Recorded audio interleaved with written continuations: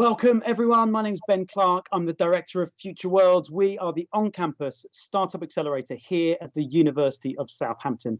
We exist to help the aspiring founders here on campus to change the world with their ideas. And one of the ways that we do that is with this network of mentors who are early stage investors, seasoned startup founders, and senior executives who come around the aspiring founders on campus and give them help and guidance and input as they start that journey.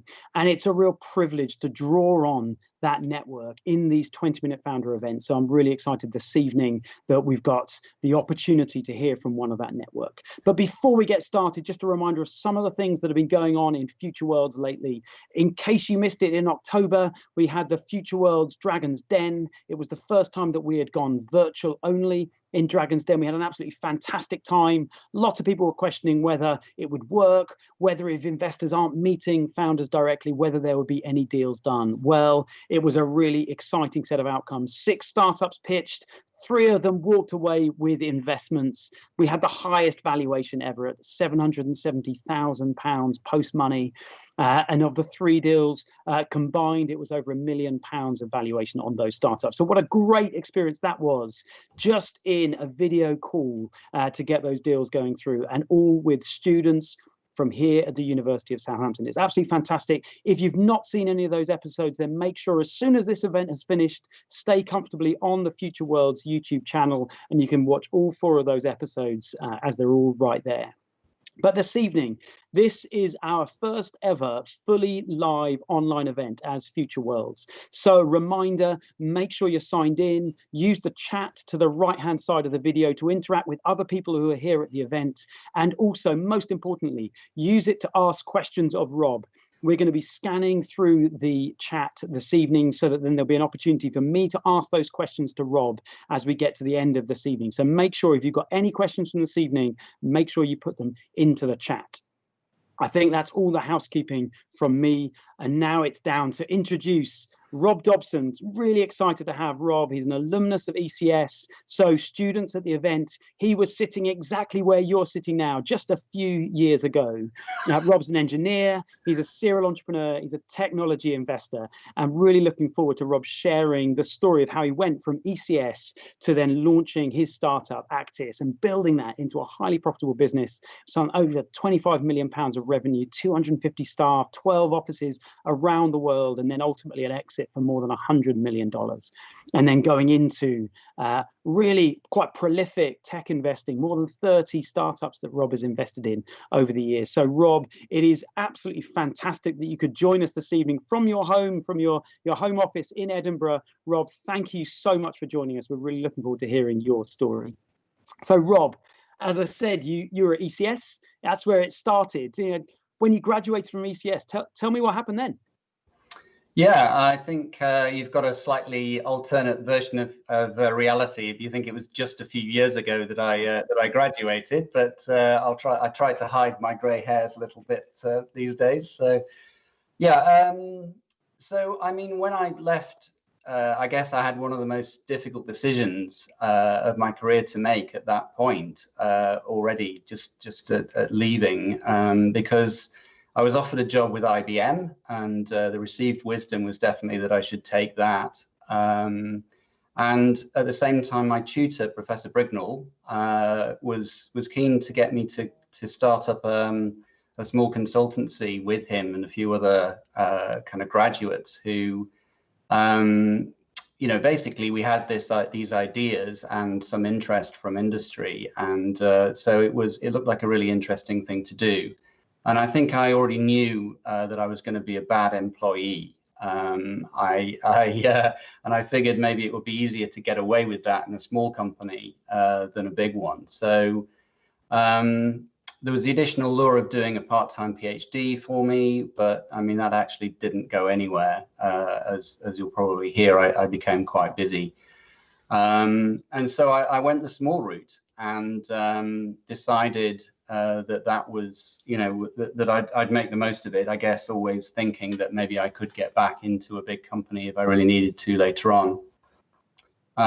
It does worry me that people in the same sort of situation today. I mean, I didn't have any debt leaving uni, and it does worry me whether people are quite so free to make these kind of wild decisions these days. But you know, certainly for me, it wasn't so hard a decision, I suppose, looking back on it.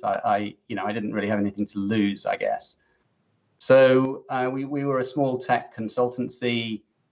We did some interesting stuff around instrumentation and industrial plant instrumentation, and also working with some radio tags, which were a kind of new technology in those days. And then I had a stellar idea around securing computer terminals, because I'd done some work on computers that used the old kind of terminals that you used to have that connected to a big computer, a central computer, and they were very insecure because you could just plug anything in and type away, and it would just think that you were a perfectly legitimate user if you were stealing somebody else's connection, basically. So unfortunately, that was just at the time that people were moving away from PCs and towards workstations. So that wasn't a good seller, I'm afraid. And we did a few projects. We did a project for Ray Steele's group at ECS, and it turned out that that was an early prototype of GSM that they were doing some measurement on, and wanted the measurement system that I built. And then, you know, I kind of moved on to things that I was passionate about, including hardware and products. I really wanted to make products, and so I think I convinced everybody that we should launch a product.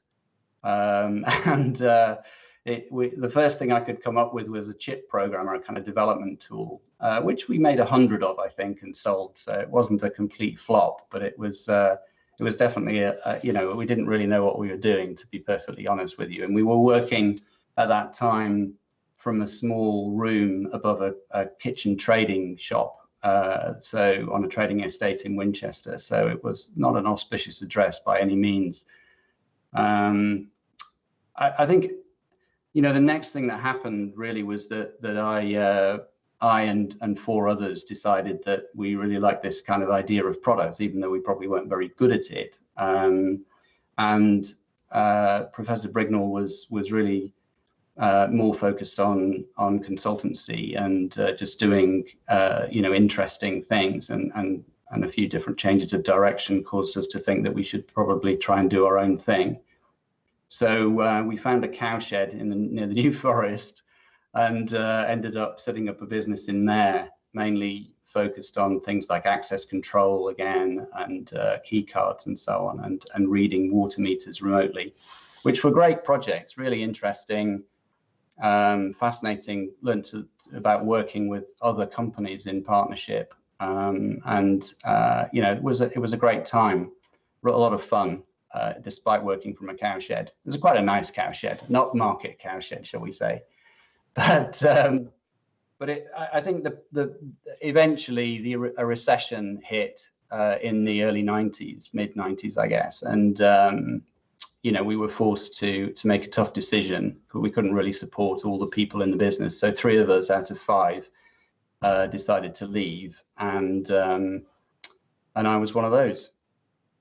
So yeah, so Silicon Valley, you have a garage. New Forest, you have a cowshed, or you work above a kitchen workshop. So it kind of, as you say, not exactly an exotic lifestyle. And then it's all kind of come to an end in the middle of a recession. So I'm guessing that's the point you're thinking, okay, I've tried the kind of small startup thing. Probably a good time to look back at IBM, go and play it safe, get a job. So is that what you did at that point?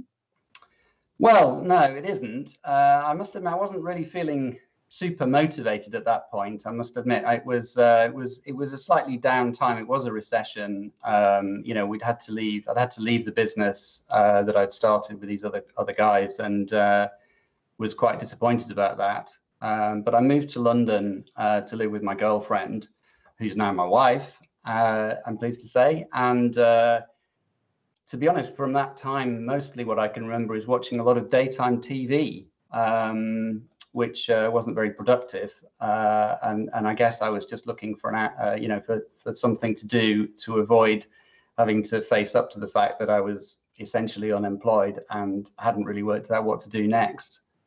So I started looking for consultancy work. I guess I still didn't want to go to a big company. I didn't want to throw the hat in or throw my towel in, or whatever the phrase is, throw in the towel. Yes, at that stage. So I got some contract work basically through a friend, and turned out to be a satellite company that were looking to do a sat phone service. So it was pretty interesting, measurement again, and some modeling, some kind of radio modeling.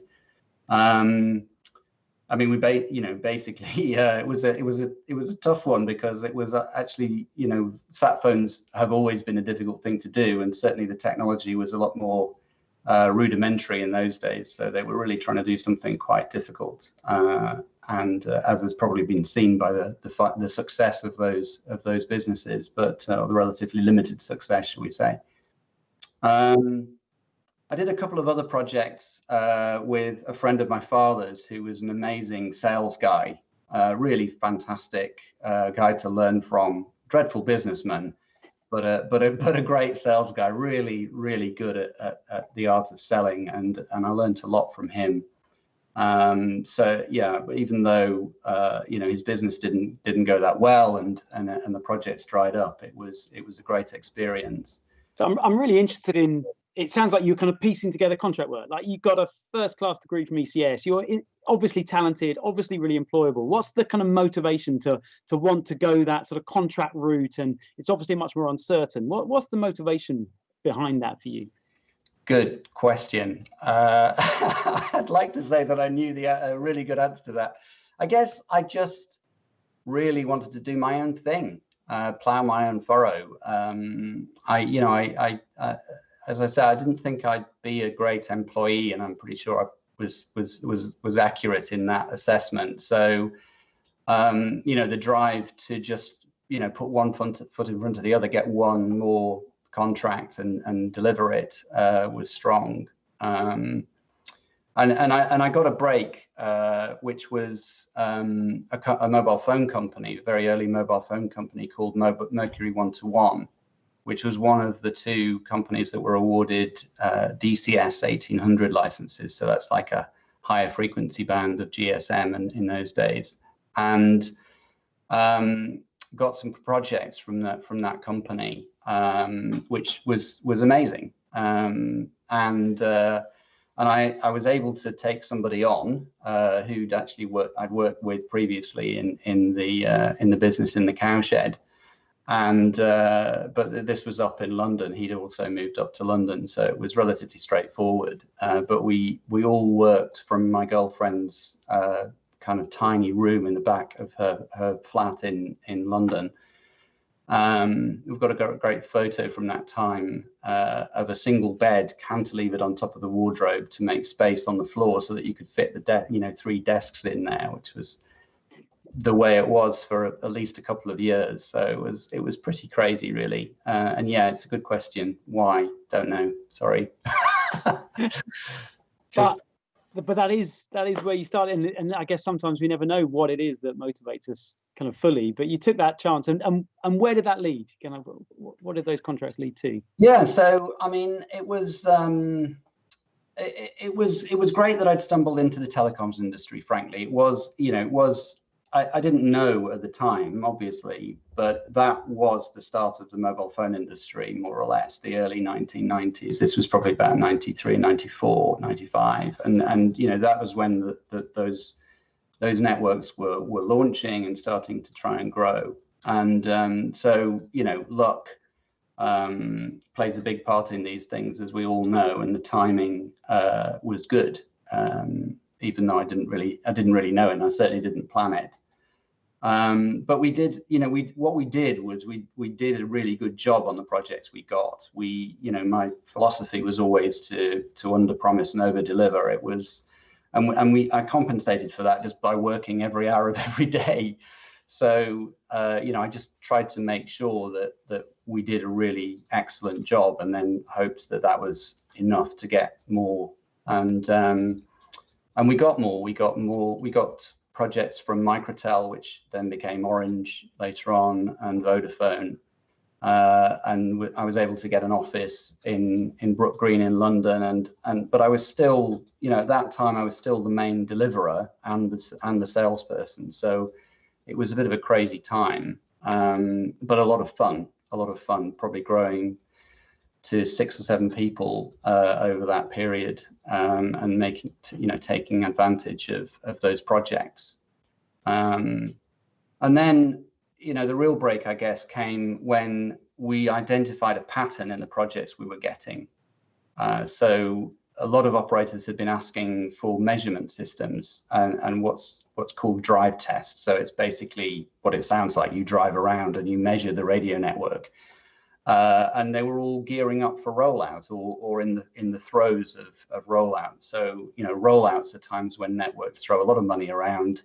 They have to do a lot of work, with a lot of which is subcontracted, and what they wanted then was not projects anymore. They wanted a product, they wanted support, they wanted and they wanted it now, and that for us was a big challenge. And we already had competition from the US and from other companies around Europe that had everywhere in Europe was going live kind of at the same time. So there was a fair amount of competition too. And we were contacted also around probably 96, maybe 95, 96 by a US company. And that was because in the US, the same thing was starting to happen. Licenses were being let for the similar kind of mobile phone technology. And they were trying to prepare for, to have products to sell in the US market. So we entered into an exclusive agreement in the US, which, we didn't really know anything about that market. Well, it probably wasn't really a market. And we kind of just expected the orders to flow in. We'd been selling quite successfully to a lot of companies in Europe, and we just thought, we'll turn the taps on, we'll get a distributor, we'll sign a deal, and they'll start sending us orders. How hard can it be?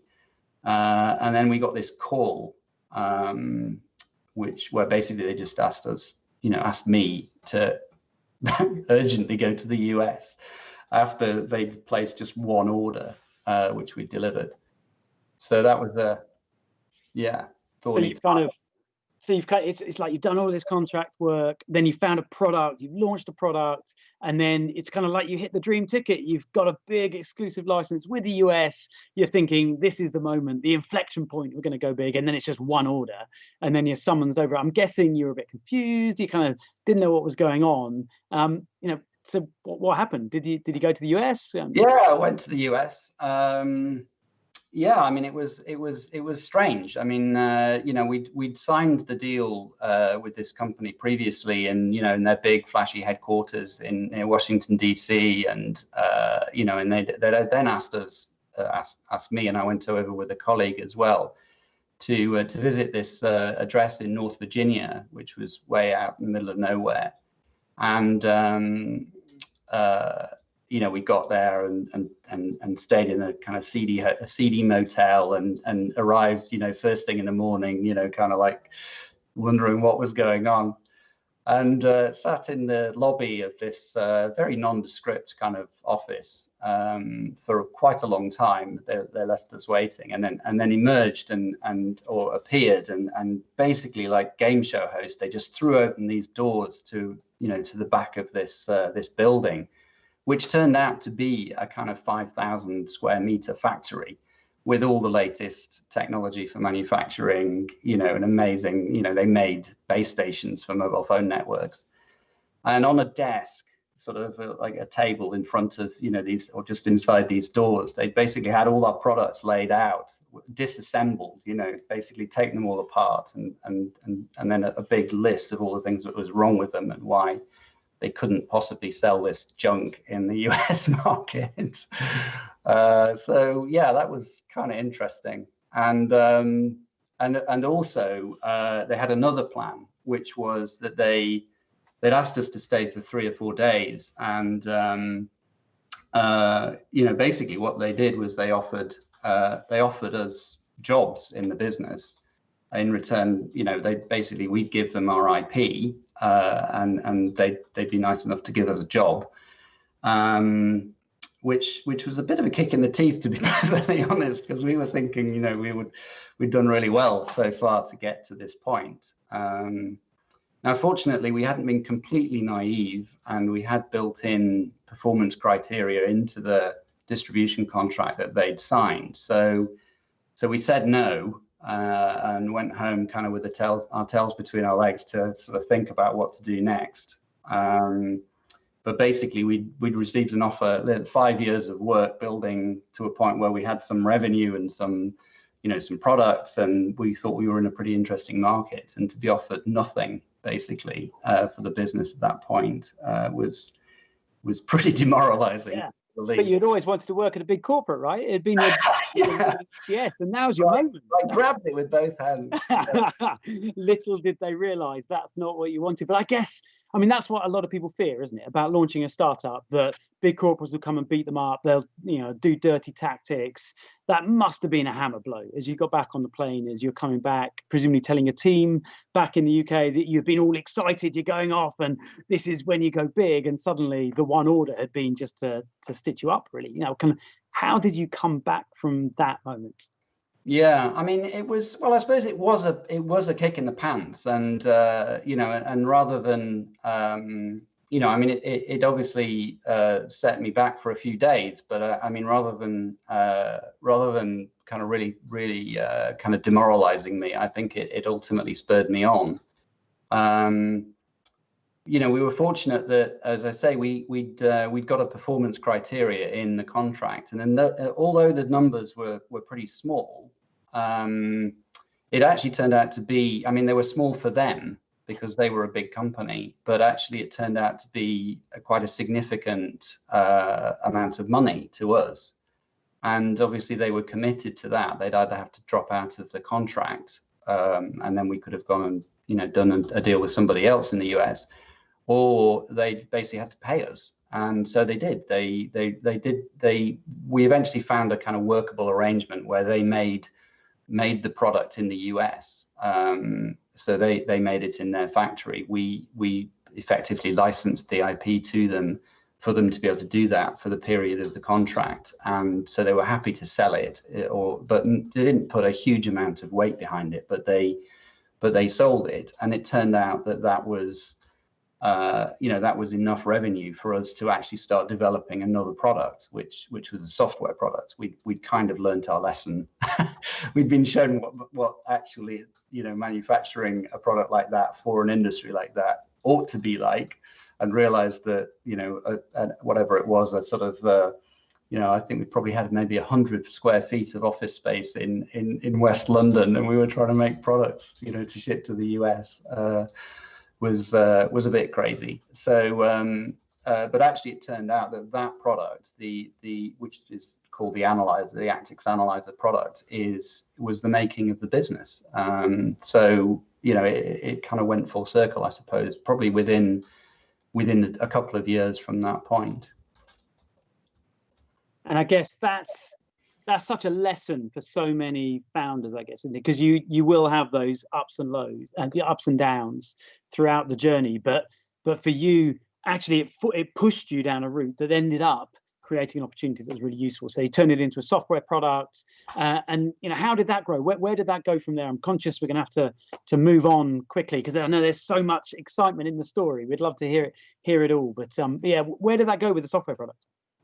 Yeah, so I mean, that product, as I say, turned out to be the key product for the business, and we basically did a deal where we sold the IP completely to that US company, and in return they let us out of our software, any right. So we got back the rights to sell the software ourselves, and we also took on a team that they'd hired to sell that software. So it worked out, probably about 2 years after that fateful kind of meeting where they offered us nothing, we ended up taking this team from them, and that turned out to be a tremendous kind of break for us, I guess. And then Because I guess a lot of people would have wanted to just run and hide and just, hate the big corporate, bemoan that they were beaten up, they were a startup, but you were able to respond to that and then end up actually turning it to your own advantage. As you say, it was the making of the business, and you ended up taking their software sales team into Actix and turning it into your team and powering the growth of your company. Yeah. So yeah, I mean, the next step, I guess, was that we grew. I mean, from around 2000, when we took on a small investment from a guy called Michael Berman, who'd run started a business in the same industry. That was the only investment I took along the way. Then came kind of 5 years of really rapid growth. And as you said at the beginning, that was where the business ended up after those 5 years in that scale, with like 25 million of revenue and so on.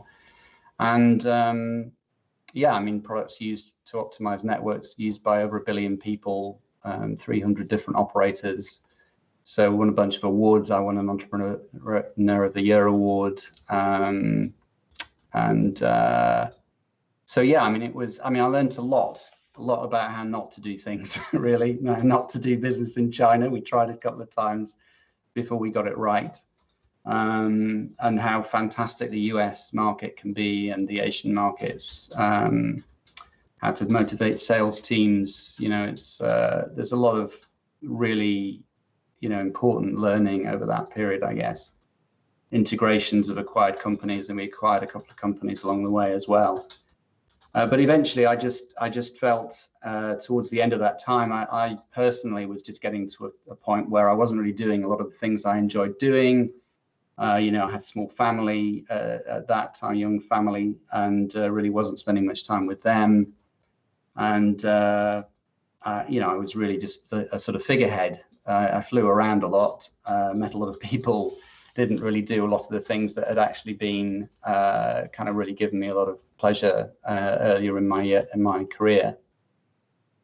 Yeah, and I guess again, it's important. A lot of people look at those headlines like, yeah, big exit, and wasn't it amazing? You built all this stuff, and it's kind of glamorous.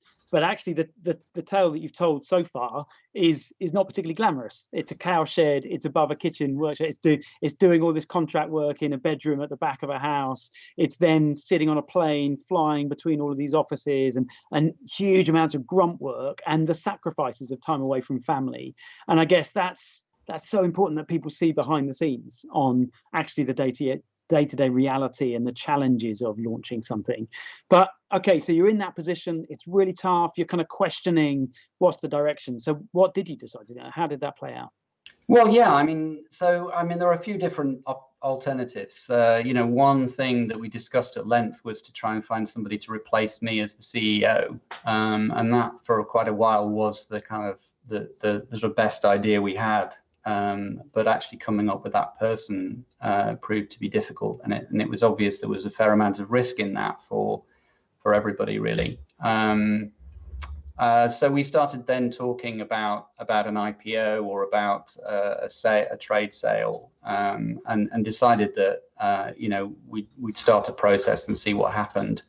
And ultimately, it was a private equity firm that came out as the sort of front runner in that process, and we got a term sheet from them. As you say, excess of 100 million, and we got to retain a chunk of the company as well to sort of roll the dice again, if you like. So, that was a nice exit.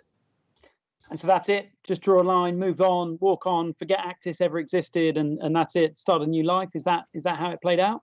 Well, not quite. So the company hadn't actually found a new CEO, but I'd obviously made it clear that I was leaving. So the head of sales at the business stepped up to run the business, and unfortunately that didn't really go very well. So within 9 months, I'd had to step back in. I'd gone onto the board prior to this, but basically within 9 months, I was back in again.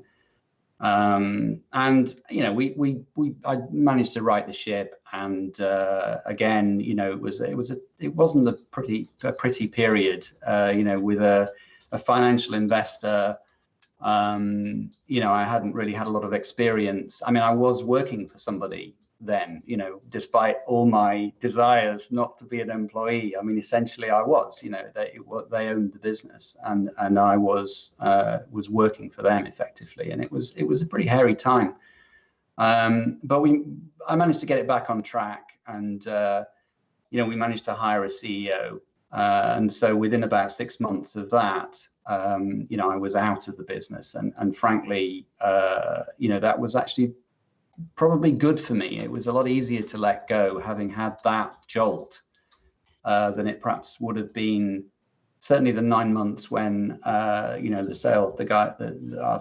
our sales director was running the business was a tough time for me. I was really struggling to you know, to be happy with the situation, and questioning all the decisions I'd made about selling and so on. So yeah, it actually made it in some ways easier. It almost gave you the bad experience, so you weren't looking back kind of at the grass is greener. Yeah. You were like, right, move on. And so, you know, tell me briefly kind of the next steps from that point on, because you've gone into investing. You know, what did that journey look like? Well, I didn't fall into that immediately by any means. I did actually spend a bit of time, you know, thinking about what to do next. And you know, what really happened was that a few people started to leave the business, leave Actix, and they'd ask me for a bit of advice if they were going to start their own business. And I was, you know, I was keen to give it. I was enjoying having people think that I knew what I was talking about, and you know, and a few asked for a bit of investment as well. And so I got involved with that. Really, I didn't know that was a thing. I didn't know that angel investment was a thing. The only investor I'd known was the chairman of my business, and he was really much more of a kind of hands-on kind of guy. He'd only do one or two things at a time. He didn't invest in multiple businesses really at the same time. So, but I really enjoyed it. I really started to realize that I wanted to kind of share the journey with other people. It was kind of easier not to have to do it yourself in some ways, but I did find that I actually did know some things that were actually useful, and I had learned through all these crazy mistakes and other things. I'd actually learned quite a lot, and so I was finding that I could give people a steer on maybe what they might do in different situations, and I did find that I quite enjoyed it. And so you've built a pretty big portfolio now as an angel investor. What does day-to-day life look like now?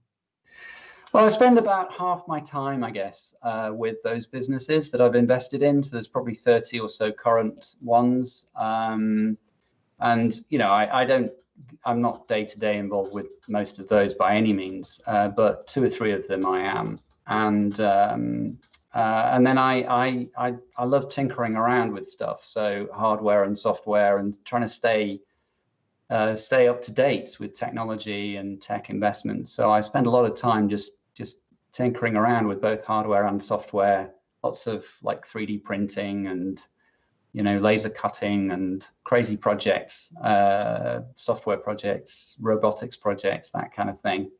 And I really love working with small businesses. I think that's, you know, obviously the people are generally a lot younger than me. It's a bit of a vicarious sort of existence, you know. But I moved to Edinburgh in 2011, and you know, since then I've got involved with all kinds of things. You know, robotics companies and Internet of Things companies, financial, fintech, marketing tech, healthcare, you know, all sorts of things. So it's I never thought that I would do that. I always thought mobile comms, you know, but there's not a lot of that in Edinburgh. And it you know, once I started to really, you know, the tech phenomena, if you like, pretty much tech's in pretty much everything these days. So, you know, it's a pretty interesting thing. You can look at most businesses and say, actually, if their tech was better, then they would be better. So, you know, that's an interesting aspect. And you know, it was uncanny because one of your projects, and I tell no lie, this was literally as I was leaving the house to come and do this event, but this got delivered. I ordered it months ago before lockdown, and that I know is one of your pet projects that you've been involved in, Marty the Educational Robot, which has gone worldwide, and that's just one of your tinkering hobbies, getting involved day to day. But it's yeah, it's brilliant to see how that's come through. But yeah, literally it arrived as I was leaving the house today. It's all planned. It was all planned. It was great. Look, there's loads of questions coming in. I'm really conscious that the 20-minute side of the title today didn't quite follow through, but it was just great to hear so much of your story, Rob. It's just, yeah, thank you so much for sharing so much detail. Just great to see behind the scenes, and I hope for everyone, really good to kind of get a feel of how it's shaped up into where the outcomes kind of what. I can see there's lots of questions coming through. One of the questions really is just, what advice would you give to fresh graduates? You were an ECS graduate a few years ago. What kind of advice would you give to graduates now? I think, I mean, you've got to really think about yourself and what you want, what kind of person you are. I think for somebody like me, I was pretty clear that as I said, I wouldn't really want to work for somebody else. And so almost regardless of which path I'd taken, it would have been, along those kinds of lines, consulting or something like that, rather than just slotting into a bigger company and working my way through it. But I think if you've got, I think you should never think of something as final. You should always be prepared to, try things. And if they don't work out, then try something else. So by all means, go work with a big company. Try not to get, sort of into a situation where you can't leave it. And then follow your heart, I guess, and see where that takes you.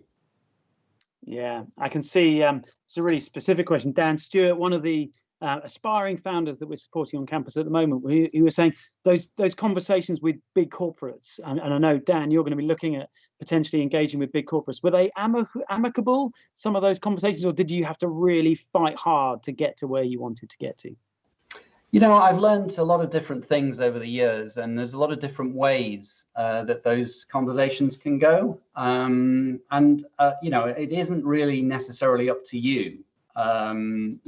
Different corporates and different people within corporates work differently. Some will be very hard, and they'll make your life difficult. And some will want to work with you and want to bring you along. I mean, I think if you have a choice, then I would definitely try to find people in corporates that you want to work with who want to work with you, who reciprocate, and who are actually interested in bringing you along or bringing your company along.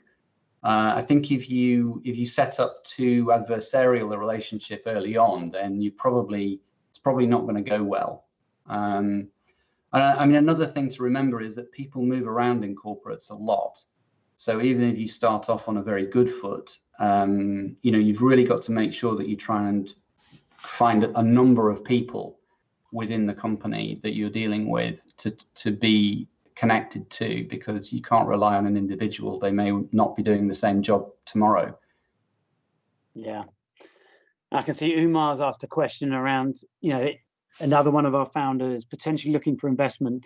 What would you say he should look for, or any of the founders that we support? What should they look for in a potential investor? What do you think founders should be looking for?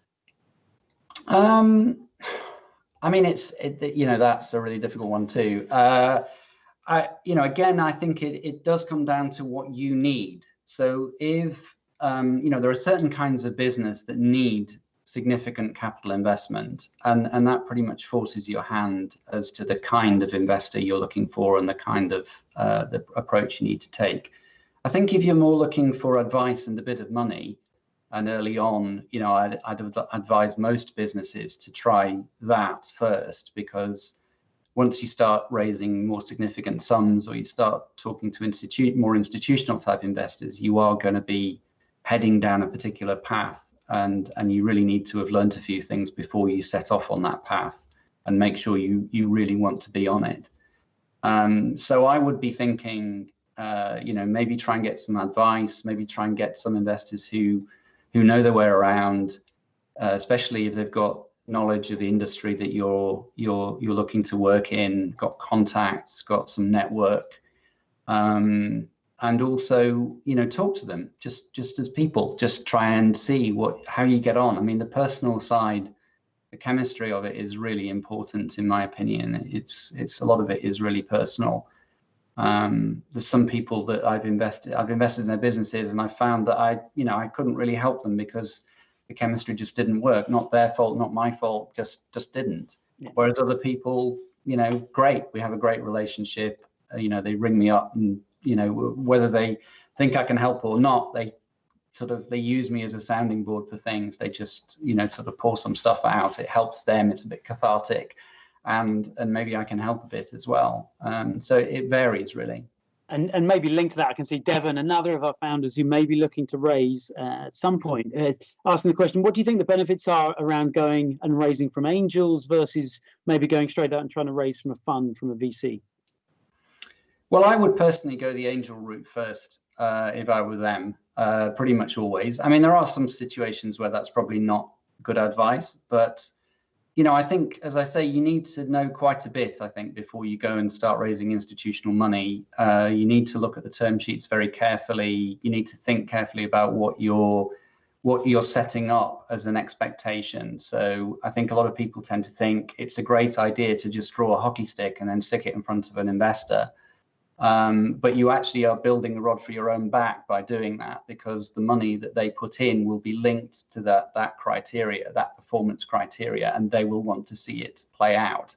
And if it doesn't, then they'll start ratcheting up the pressure in whatever ways they can. And if you've signed term sheets with lots of veto rights or lots of other terms in there, then you'll find that they'll use them, and you may not have your company anymore in a couple of years' time. So be careful, I think, and you'll get less of that from angels, but you might still get some of it. So you've got to be wary. I guess you've got to look at the source of the funds that you're taking, and you've got to realize that it varies.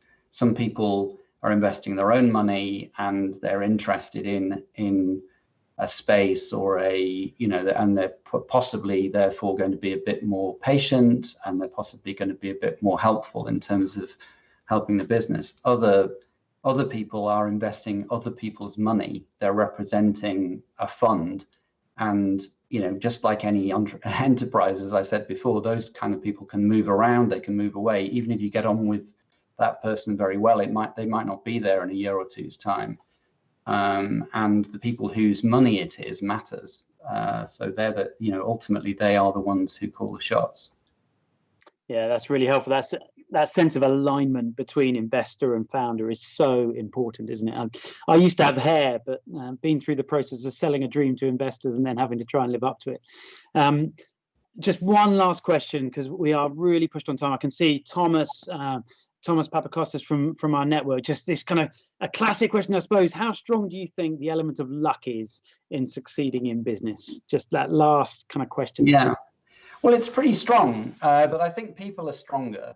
So I would definitely go with, I think if you find you'll know from people that you just know that they're going to be successful somehow, and you don't know how they're going to be successful, but they are. So people will find a way, but yeah, in the end, luck always plays a part. But you have to make your own luck. So if you don't keep trying things and you don't keep trying to find where the luck is, then you won't succeed. So yeah. Yeah, and I've heard the phrase many times before: the harder I work, the luckier I get. And I think you're certainly a case in point that you may have been lucky at times, but you did a huge amount of hard work along the way, and a lot of far less than glamorous and exotic hard yards on that process to getting where you got to.